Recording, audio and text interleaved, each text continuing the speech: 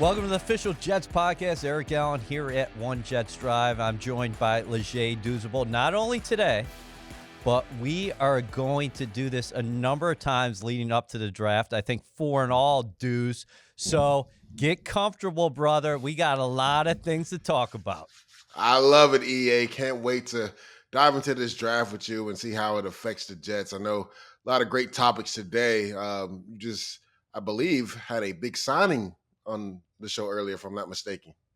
Big signing. Mike Williams was just in the studio. He's actually leaving One Jets Drive here. A second ago, I saw him walking down the stairs, so he's awfully excited to be here. And in fact, just to give people some background, what's going on at the facility, there's a lot of Taylor ham, egg, and cheese sandwiches that have been delivered here today. How about that? I'm sure. I mean, once NYJ Matt sent that sandwich and it went viral, and that was the closing factor, determining factor in Mike Williams signing. You knew rest of Jet Nation was going to come out in droves and send nothing but breakfast sandwiches to One Jets Drive, just to make sure Mike Williams has a taste of every good Taylor ham and egg and cheese sandwich. Yeah, I got to watch my weight, so I don't know how many of those I can eat, dudes. But let's get to that right now. Again, we're going to be focused primarily on the draft, but on today's installment of the Official Jets podcast, I want to talk about what the Jets have done so far this offseason and how that's going to impact Joe Douglas and his staff as they approach the 2024 NFL draft. So, Mike Williams, what did you think about that addition? Big signing. If you would have told me going into free agency that, we could couple Tyron Smith in this scenario as well, but that Joe D would sign Tyron Smith and Mike Williams, I would have thought there would have been a lot more money allocated to those two players in regards to getting that deal done. So shout out to Joe D. When you look at the Tyron Smith deal, essentially a 1-year, $6.5 million deal, heavily incentive-based from one of the top offensive tackles when healthy on the field. And then you look at Mike Williams, right? The Jets needed somebody that could take pressure off Garrett Wilson. And Mike Williams is that guy when the quarterback needs help, the big frame of, 6'6", 200 up to 10 pounds.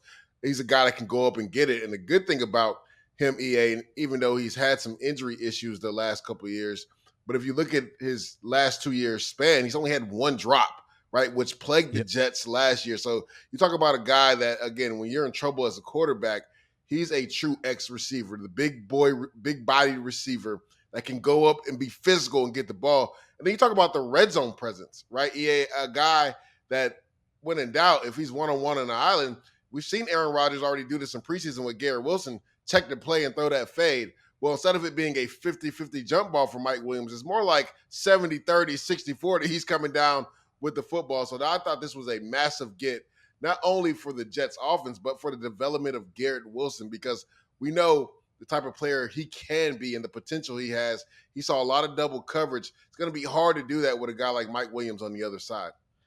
So Mike Williams with the Chargers, twice an 1,000-yard receiver. Yep. His yards per catch really off the charts in terms of comparing him to other receivers in the NFL. And you're right about the contested catches.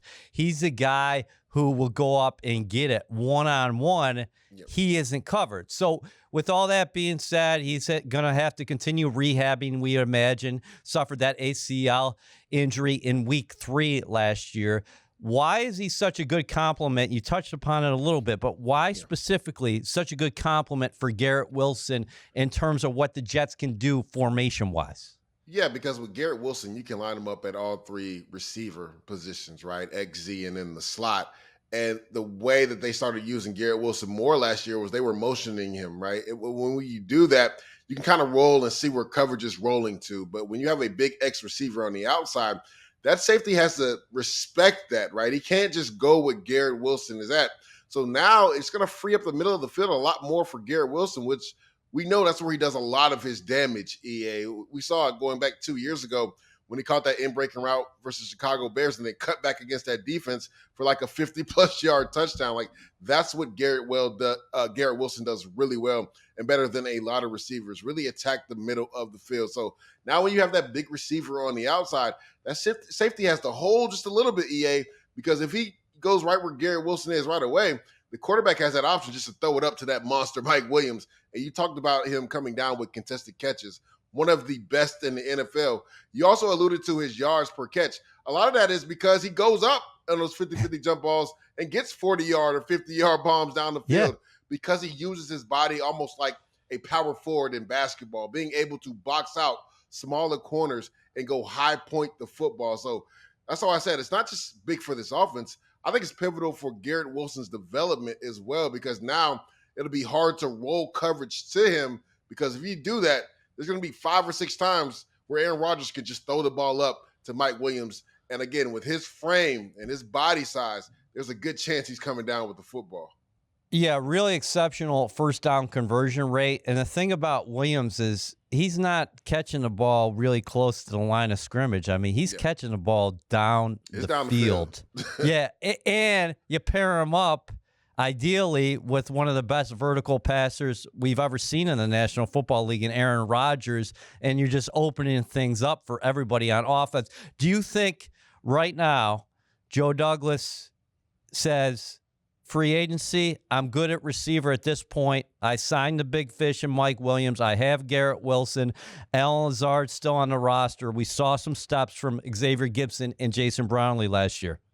No, I can see him still going out there. I think Joe Douglas has done a really good job of letting the market come to him and not reaching and quote unquote, overpaying players, right? We saw the receiver market not take off like it has in past years. And that's because the NFL draft is loaded with so much talent at the receiver position. EA, I was just saying this yesterday.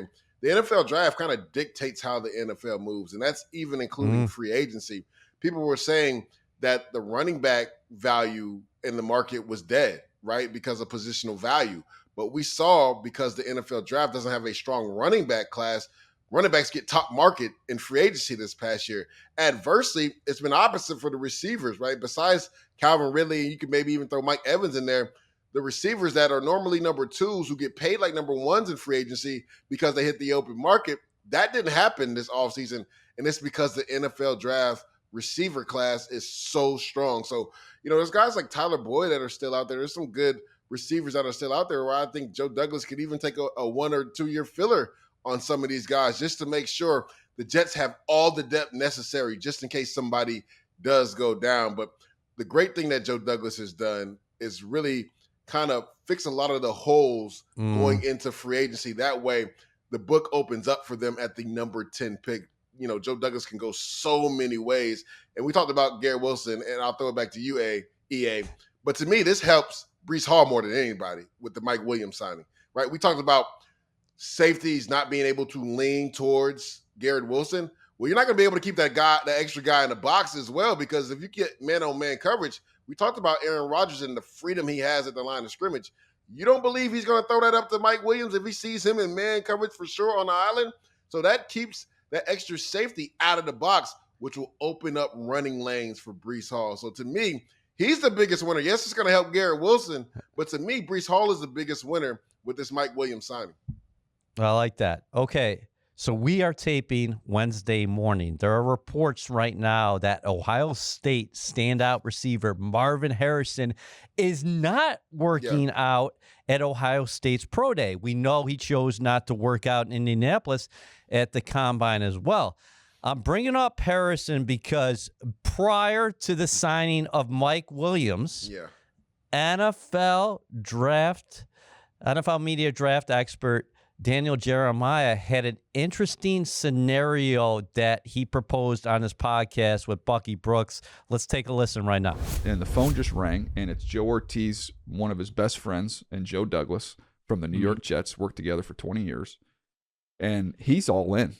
Joe Douglas has signed 33-year-old Tyron Smith, Morgan Moses, older tackle on the other side. They went out and got John Simpson to play guard. Now, you can say maybe this is a house of cards with the age of these offensive linemen, but this is a 40-year-old quarterback. They are all in to win one in the next 2 years. So why not be bold? And do you think that they would have any issues parting with next year's second-round pick, which would be the cost? So you go from 10 to 5 as the Jets. You trade next year's second-round pick. They don't have a second-round pick this year because that was Rodgers' deal. And the Jets go up and they pair their wide receiver, Garrett Wilson, with his former teammate, and Marvin Harrison Jr. with the 5th pick. Okay, dudes. So DJ says the Jets move up to number 5. The Chargers move back because they're starting under Jim Harbaugh, the new coach there, and they want to address the line of scrimmage, and obviously they'll probably get an offensive lineman at 10. But the Jets go up all the way to 5 and take Marvin Harrison. Do you consider that now that Williams is here with the green and white? I love my guy DJ. Just throwing out chaos on a random Tuesday in the NFL during college basketball season when it's March Madness. This is my thing. I don't know if the Chargers take that deal first and foremost. You're talking about not even getting draft capital for this year. It would be the following year, and they're moving back 5 spots. So I don't even know if the Chargers would take that call, even though Joe Douglas does have a good relationship with their GM. And to me, after signing Mike Williams and how deep this receiver class is, I don't think it makes sense. You know my affinity for Rome Odunze. I honestly think he's going to be the best receiver when it's said and done out of the top 3 guys when you talk about Malik Neighbors, Marvin Harrison Jr., and Rome Odunze. So to me, if you're Joe Douglas, you stay pat. I think, if anything, this is what Joe Douglas has done in free agency, has allowed this team the flexibility to take calls to potentially move back and get a 2nd-round pick for this year's draft. So to me, I wouldn't consider doing it because I just think as far as the skill set between Malik Neighbors, to me, who is the best stop-and-go receiver as far as getting up to acceleration and probably the most explosive out of the 3, Marvin Harrison is probably the most complete. And to me, Rome Odunze is the best 50-50 contested guy who has a pro mindset already, and he's a game breaker as well. I don't think you need to move up and give up future draft capital, especially a 2nd-round pick, to move up when these guys are so close and talent-wise. I think Rome Odunze, again, will be the best when it's all said and done. You could potentially get him at 10, depending on way the draft falls. Hopefully it falls in your favor. Real quickly, you're taking Harrison basically off the board for the Jets, which I totally get, unless he was there at 10. With that being said, do you think he'll slip at all, or you think he's going to be fine? Yeah, I don't think he slips at all. The crazy thing is, EA, people always put a precipice on tape. So now it's time for GMs and scouts and coaches to stand behind that, right? If the tape is the thing that really matters, then why do I need to work out? I'm preparing for the NFL. Why do I need to work out? Literally, as the kids say, EA, stand on business. If it's about the tape, stand on business. Speaking of business, the Jets started this offseason with multiple needs. Offensive line, tackle and guard, wide receiver, backup quarterback. You might even want to say running back after Breece Hall, your bell cow. You got Israel Abanikanda. Defensively, some questions at defensive tackle as far as those guys who had expiring contracts. And then safety, also now we can, I think, add edge into the equation. Let's go one by one what Joe Douglas and his personnel staff has done here in free agency. How do you think potentially it impacts the Jets in the draft? They have 8 selections starting with number 10 overall. Offensive line, left guard John Simpson comes in from the Baltimore Ravens. Right tackle Morgan Moses, who most recently, of course, played with the Ravens, but is a former Jet. He'll come over, pencil him in at right tackle. And then big Tyron Smith, an 8-time Pro Bowler, a 2-time first-team All-Pro, a 3-time second-team All-Pro. What do you think about how Joe is gone and addressed the offensive line? Yeah, let's start in the trenches. You know that's where I want to start anyway, EA. When you look at this offensive line, I think he's done a masterful job. Again, not overshooting the market, letting the market come to him. John Simpson, if you look at that deal, it was a lot lower than people originally thought it was when the original numbers came out. And you're talking about a guy that's a tone setter. I think that's what the New York Jets needed. Somebody that eats with their hands at lunch. That's what I call John Simpson. He's a guy that's going to eat with his hands. He's going to wear that hard hat to work every day. And he's going to be the physical presence on that offensive line. And I think we saw what Breece Hall tweeted when John Simpson signed. He was very excited. Also, when Morgan Moses signed too, because Morgan Moses is one of the best run blocking right tackles in all of football. So now talk about getting a lot nastier on the offensive line. I think some of that was missing last year. You need some offensive linemen that want to take the heads off of the guy and the opponent in front of them, and guys that finish throughout the echo of the whistle. And that's exactly what John Simpson does. And you talk about Tyron Smith. We talked about all the accolades that he had, EA. The biggest thing with him has always been health. Can he stay healthy? He's missed 30-plus games in the last 4 years. But just going back to last season, was a second-team All-Pro guy. So that lets you know the skill set he has when he's available. But that is the big question mark. Can he be available?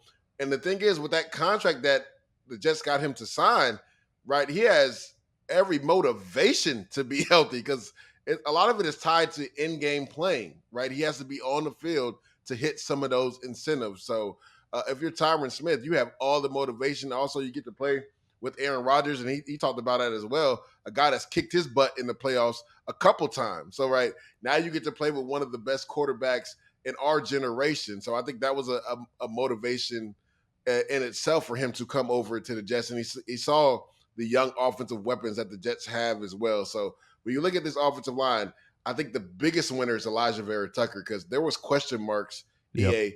Where was he going to line up, right? People didn't know was it going to be left tackle, right tackle, guard. To me, he's a Pro Bowl / All-Pro type of guard, but he hasn't been able to solidify himself there because they've had to move him around because of injuries. Now they can solidify him at the guard position where he can get comfortable for the next few years and hopefully for the foreseeable future. And I also wonder, with that moving around, did that maybe have I don't want to say an outlook or maybe have some ramifications in regards to some of the injuries? Because, again, when you're using different parts of your bodies, whether you line up on the right side or left side, your body gets used to one side, the other side is weaker, EA. So, like, when you have to get thrown into the fire on the other side, maybe some of that muscle memory isn't there, and that can lead to maybe some injuries.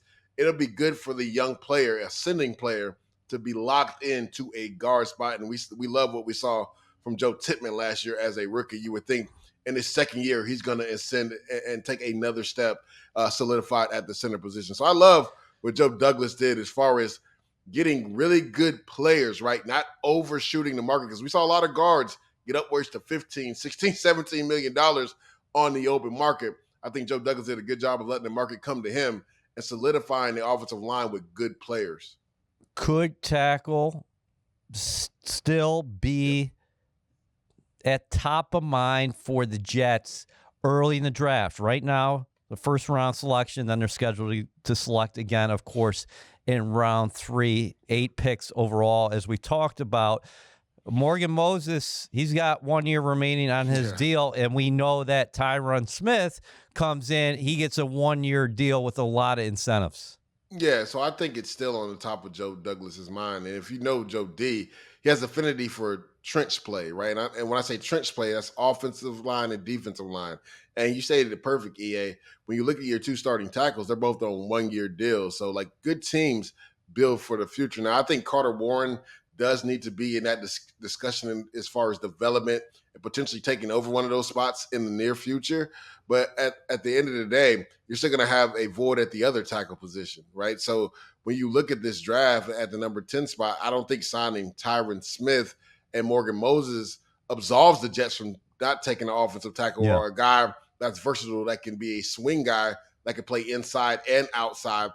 But it also gives the Jets the freedom, because they did bring in 2 starters, that they don't have to necessarily take a tackle, or it gives them the flexibility, like we talked about earlier, EA, to potentially move back and get some draft capital. Speaking of freedom, you got freedom, more freedom at receiver, I would imagine, now with Williams coming back. I know he's rehabbing, and we'll find out where he's at in his recovery in the coming weeks and months. But again, you got more numbers here, and I've been talking to you about this, Douz, for weeks and probably even months, that this receiver class, it's loaded at the top, but the depth really goes on for rounds here. This could be a historic class. It really could. There's going to be guys that get taken in the late second, maybe even early third, that have first round talent. And I don't just say that lightly. Like, there's literally guys, when you look at Lad McConkey, who may sneak in late in the first. He's probably going to go in the second. He has first round talent. Ricky Pearsall, a guy that's probably going to go in the third round from Florida. He potentially could have first round talent as well. Javon Baker is another guy that's probably going to go third, fourth round, who has the potential to be a really good player as well at the receiver position. So it's really good depth. And maybe, Joe Douglas is thinking about that at that number 10 spot when we talked about potentially trading back. Because to me, if you have one of the big three, and when I say the big three at receiver, Rome Odunze, Malik Neighbors, Marvin Harrison Jr., if one of those three fall at 10, I think it makes the most sense to go ahead and turn that card in right away.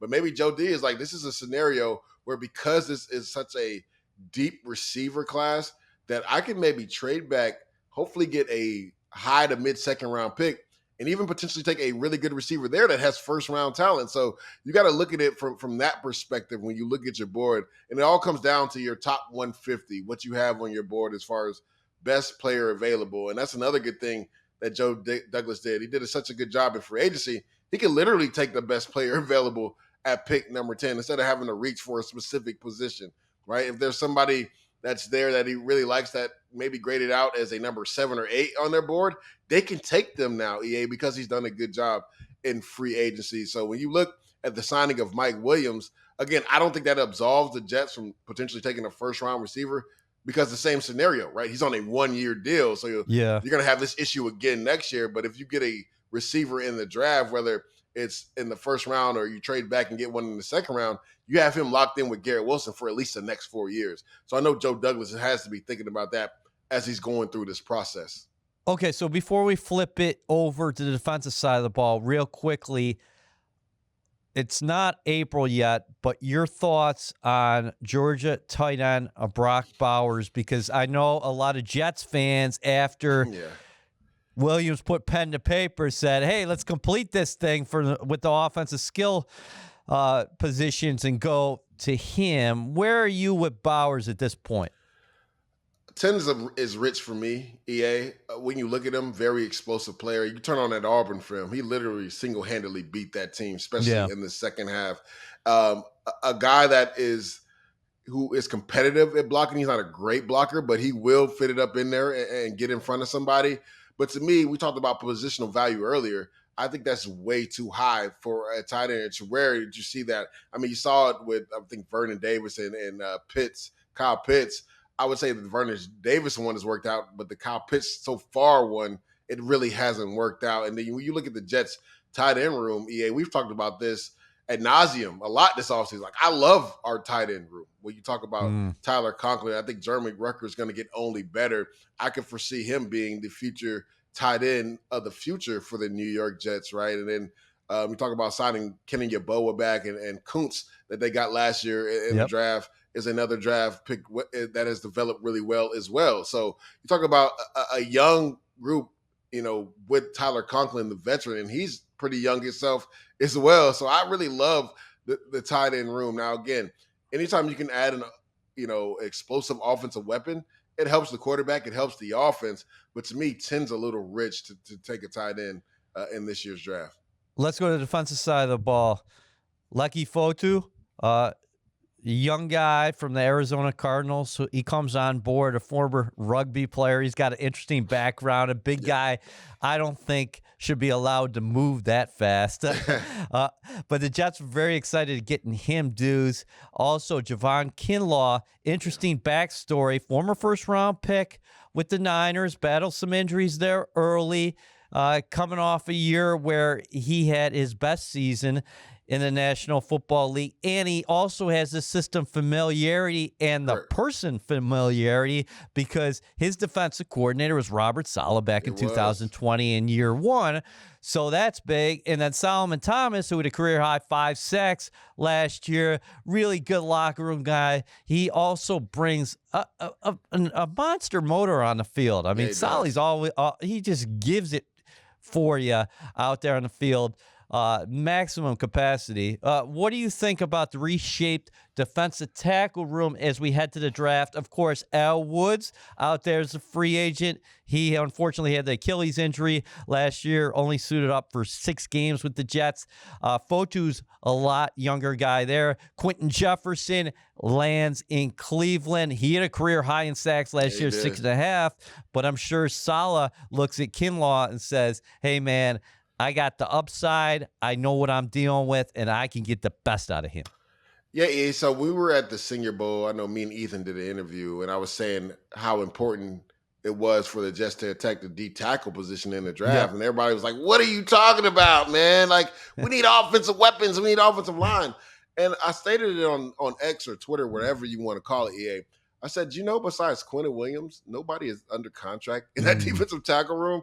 I'm like, somebody needs to play next to him, right? And there needs to be depth behind him. And there needs to be somebody that he can grow with. Because I actually had the interview with Ethan. And I said, Braden Fisk makes a lot of sense in the 3rd round. At the time, he was a 3rd round pick. We're going to talk more about Fisk in the future because I love him. You got me on Fisk, man. Yeah. That guy's an animal. But to me, I don't think he makes it past the 2nd round now. So, the Jets don't currently have a 2nd round pick. So I love what Robert Saleh and Joe D did. And I know a lot of people were kind of griping earlier in free agency because those were kind of some of the first signings. It was on the defensive side.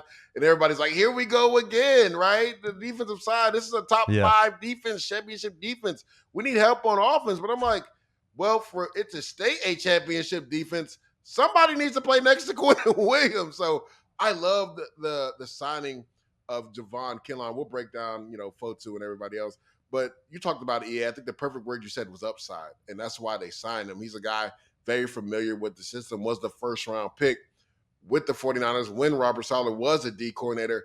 And I think what people don't understand, when Javon Kinlaw got drafted to the 49ers and he was a high draft pick, people forget they just traded DeForest Buckner, who was a top 2, maybe top 3 D tackle away from the coach. So there was a lot of pressure on this kid to come in and essentially be DeForest Buckner, which that's a losing battle for anybody, right? That was an all-pro D tackle that they had just lost. They couldn't pay him and Eric Armstead, so they traded him away for a 1st-round pick and paid Eric Armstead instead. And that's Javon Kinlaw was stepping into those shoes. So, again, there was a lot of pressure. You talked about some of the injuries, but I thought he had his best year this past year, right, where all the pressure wasn't on him like it won't be for the Jets. A lot of pressure will be on Quentin Williams. He's going to take up a lot of the double teams. And you saw him be able to get after the quarterback. You saw the athleticism. And we talked about Tyron Smith being a mountain of a man. Javon Kinlaw's a mountain of a man as well. That's a big I saw him walking the hallways here, man. He is so long. That's a big human being. That's a big human being. So you talk about a guy that had essentially signs a 1-year prove-it deal, EA. Yeah. So you're going to get the best out of him because he's going to want to sign a long-term deal, whether it's with the Jets or somebody else in the future. So you're going to get a highly motivated Javon Kinlaw. And then again, comfortable with the defense. He's not going to have to learn a whole new defense. We'll slide in nicely with Quentin Williams. Fotu was a guy, you talked about Al Woods. I think to me he's a younger version of Al Woods and probably a little bit more athletic, right? He's a guy that can push the pocket, but he's known for his run-stopping abilities, and that's what he'll do for the Jets. And then Saleh, you talked about it. I don't know what it is, EA. Well, I know what it is. It's the system. But every D tackle that comes into the system with Saleh ends up having a career year. We saw Sheldon Rankins do the same thing. He went and got paid, right? Quentin Jefferson, career year. He went and got paid by the Browns. Saleh, I thought it was monumental to get him back, not only because of his play on the field, but what he means to that locker room and the guy he is off the field. You talk about a guy that just comes to work and does it right, EA. That is the definition of Solomon Thomas. Was my rookie at the 49ers, my last year in the NFL. Couldn't be more prouder of the guy. Again, you talked about high motor, career high in sacks last year at 5 sacks. He's going to be able to give you some nickel rushes on 3rd down, and he's going to be that motor on 1st and 2nd down, and he's going to fly to the ball. You see it on tape when you turn it on. Outstanding human being, good football player. So defensive tackle, heading into the draft, you got to feel pretty good. Maybe on day 3 if you want to address it, or what do you think? Well, I would not be surprised. Again, it all depends on what happens at pick 10. Is this a scenario where they take a guy or do they trade back and get some draft capital? Because if they do get some draft capital, I wouldn't mind taking a filler at a 2nd or 3rd round pick just because it's the same scenario, right? everybody's on 1-year deals. You'll be in the same scenario next year. It would be nice going into an offseason to know that you have at least 2 or 3 viable guys at a position instead of just throwing 1-year deals here and there. That's how good teams get that sustained success, because they're able to draft really well, right? Develop guys. They'll lose guys, get the compensatory picks back, but yet you still have some youth with veterans mixed in on your roster. So would not be surprised, depending on how the board actually falls, right? If there's a D tackle that maybe slips to the third round that was going to be in there in the second round, it makes a lot of sense for the Jets. Shoot us straight, dudes, at the edge position. Yeah. The Jets have Jermaine Johnson, who looks like a star in the making. Huge second year. What a jump.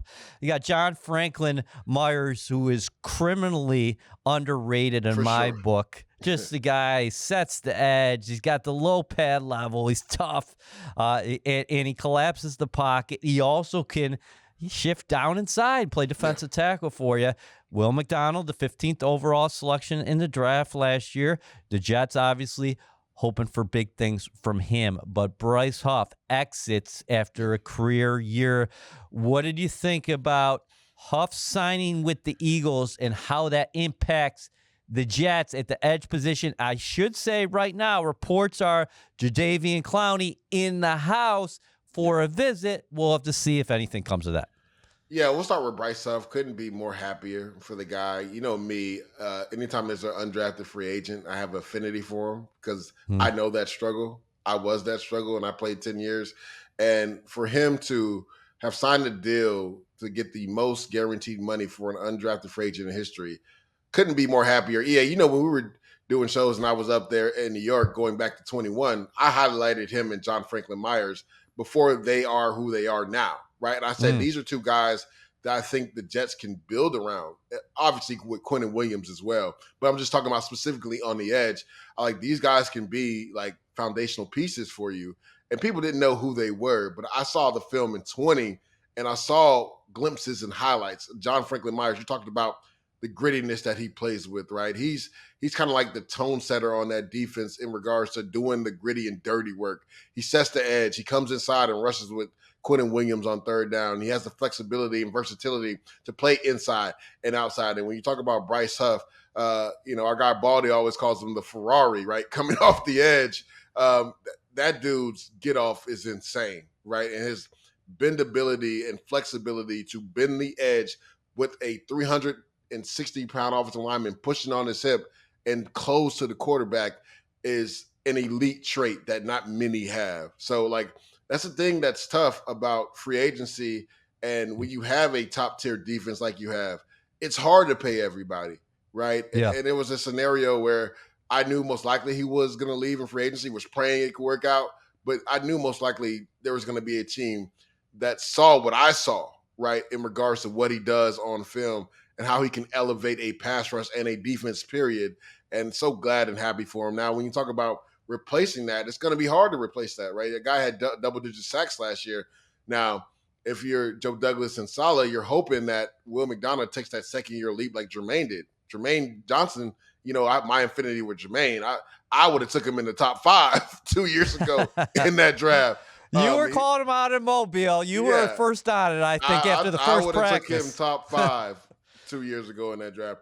But he showed you why last year. You know, end up being a Pro Bowl guy, went to the Pro Bowl last year. And it's not just what he does in pass rushing, it's the attitude he plays with in the run game. Like, he's a real physical guy, right? And gets out there and he plays hard. He plays with a motor. So you would hope that Will Anderson takes that lead. There's rumors that they're supposed to be working out together. So hopefully some of the stuff that, you know, that Jermaine learned in his first 2 years will rub off on Will as well. But like you said, there is rumors that a potential number 1 overall pick is visiting the New York Jets, coming off a career year himself with 9.5 sacks. And the thing is, he kind of reminds me a lot of Jermaine in the way they play the run, right? They're both physical guys against the run, right? And they use that physicality when pass rushing. So great job by the Ravens signing him last year, and great job by him really honing in on that opportunity and maximizing it and having a career year going into free agency. But that would be a big signing. I think the Jets do need to add one more piece on the edge. if no Clowney, maybe they do dip into free agency and get a lower tier free agent. Yeah. But could you see another edge possibly early? And don't worry, Jets fans. I'm not saying 10. The Jets they coming after you, EA. Jets are not taking an edge. I'm going to say it right now. I will run to the city and back if the Jets take an edge in the first round. You might have to. Because what? Let's say in this scenario, let's just play this game, EA. Okay, in this scenario, let's the top three receivers are gone. Mm-hmm. Right? Say Joe Alt, Olu Fashanu are gone. Mm. We know that Joe D has an affinity for Talise Fuaga and he has versatility. But say you're at the number 10 pick and Jared Verse or Dallas Turner are like your number 5 player on the board. Ooh. And yet you get a call, but it's not worth you picking it up to trade back. I just want to put hypotheticals out there. So you're saying there's a chance. There's always a chance. People want to talk about best player available, but on the Jets board, Dallas Turner could be the number 5 player on the board. So it's like if he falls, I know it would be a riot on X or Twitter, whatever you want to call it, in the streets of New Jersey. It would be a riot in New York. But I'm just saying, you have to think about this hypothetically because the top 3 receivers could be gone, and the top 2 offensive tackles could be gone by 10. Right. Okay. I'm going to say it's extremely unlikely. Let's go to the safety position. It's extremely unlikely. But I don't think a lot of people saw Will McDonald going 15 last year. So no, that's true. That's true. Okay. so we'll go back to Will McDonald. Go back to the safety position. We're talking about the edges. It's in my head. Yeah. Jets enter free agency with 3 unrestricted guys. They re-sign Chuck Clark. He doesn't even hit the market. Yeah. So he becomes your strong. You got your free safety and Tony Adams. Right now, Ashton Davis is still on the market. Interesting, He was a valuable piece in 6 takeaways last year. Also served a valuable role or had a critical role on special teams, I should say. And then Jordan Whitehead goes back to Tampa. Your thoughts on the safety position, big picture, as we head towards the draft? Yeah, I love the Chuck Clark signing him back. He was slated to be a starter for us last year that ends up going down. You think Tony Adams, his second year as a starter, would take a significant step as well. Hate losing Jordan Whitehead. We saw at times him take over games, especially that Buffalo Bills game, right? The guy caught everything that was in his vicinity. He's always been a really good guy in the box tackling as well. The Ashton Davis one is interesting, right? Because I thought that was something that they should do business with. And again, this could be Joe Douglas just letting the market come to him. But I was a little nervous. I know Justin Simmons' name is still out there. He would be a big boost, right? But it depends on what he is going to want in free agency and what the Jets are willing to pay him as well. You're talking about a perennial All-Pro, not just perennial Pro Bowler, All-Pro. You think for a guy like Simmons, like right there, he's looking for multiple years? He's not going in with the 1 year. Yeah, I mean, even though he's a little older now, I think he still wants at minimum a 2-year deal. Yeah, okay. Yeah, for sure. And if you're him, like you've earned that right by your play. The thing is, right, it comes down to positional value, and the safeties have had to learn that this offseason now. Like Xavier McKinney got paid top dollar in the market, but a lot of safeties didn't. I think a lot of guys were still getting around $9 or $10 million. McKinney was like the one caveat to that. He's right under, if I believe, Man, I thought that was interesting that Poyer went to Miami for like 1 year, $2 million or something. Yeah, well, you got to think he's older safety now in his mid-30s. So, and EA, I know him personally. He lives down here, so it just makes a lot of sense. Keep one house in the off season. Don't have to have 2 different houses, so it just made a lot of sense for him to be there. And obviously, being in that division for all these years in Buffalo, they know him really well in Miami. So, yeah, I was talking about the safety market. Like, this isn't a strong safety class either. So, a little bit surprised, but not surprised because there were so many safeties all of a sudden that hit the market because so many guys got released at the last minute, EA. So, I think that determined the market where before when I was talking in the show, the NFL draft kind of dictates how the market does with free agency. Well, when there's an abundance of talent on the open market, right, that can dictate and hurt your market as well. So I think a lot of safeties saw that affect their market this offseason because Cam Curl was another guy that I thought he was going to get upwards of 10, 11 mil, and he just didn't get that money. He's a really good player as well. So I think the Ashton Davis one makes a lot of sense. I know there was talks that he maybe wants to go somewhere where he could potentially start. Well, I think there's an opportunity with the New York Jets for him to compete and potentially start. And we know for a fact that Robert Saleh and also Coach Ulbrich like using 3 safety sets on defense. Yep. He could be a guy that comes in on that, and he did that for the Jets last year. So I would not be surprised if he ends up coming back to the Jets. I think it makes a lot of sense. All right, we got about 1 minute left. Summation. This is our first NFL draft podcast. Where are the New York Jets at this point, about a month prior to the 2024 NFL draft? I would say they're in a really good spot, EA, because there was a lot of question marks going into the offseason and free agency, and people were wondering how many questions would be answered via free agency before heading into the draft. And Joe Douglas answered almost all of them. Now, again, would not be surprised to see them add another receiver, maybe even an offensive line, because just knowing Joe Douglas and all the darts that he's thrown at the dart wheel in regards to having great depth, it's come back to even hurt him. So maybe he's cautious and like, I need to sign another offensive lineman, even if we draft 1 or 2, just so I have the depth, right? I know that the depth is there. You would think that they would most likely sign another safety before heading in the draft, just because they don't have the abundance of picks like a lot of teams have, unless they decide to trade back.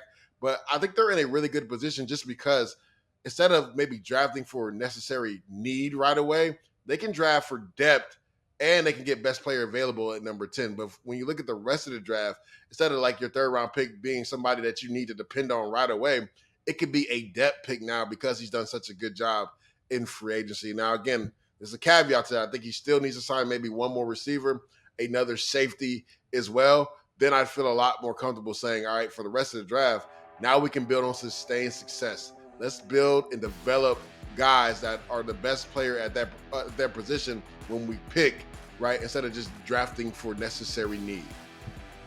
Enjoyed it, Leger, and we'll save a breakfast sandwich for you. Oh, please do, man. I don't eat ham, though. Can it be like turkey bacon? Sure, we'll get that done. I like that.